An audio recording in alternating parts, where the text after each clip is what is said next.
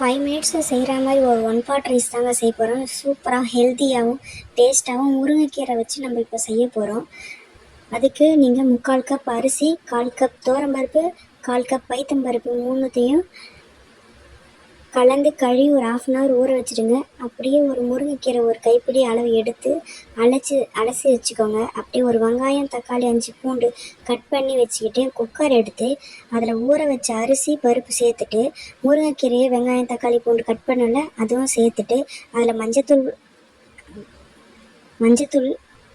1/2 spoon, மிளகாய்த்தூள், தேவையான அளவு உப்பு சேர்த்து ஒரு டம்ளருக்கு 2 டம்ளர் தண்ணி ஊற்றிட்டு லிட் க்ளோஸ் பண்ணி விசில் போட்டு 5லேருந்து ஒரு 6 விசில் விட்டு நீங்கள் எடுத்தீங்கன்னா சூப்பரான முருங்கைக்கீரை சாதம் ரெடி ஆகிடும்.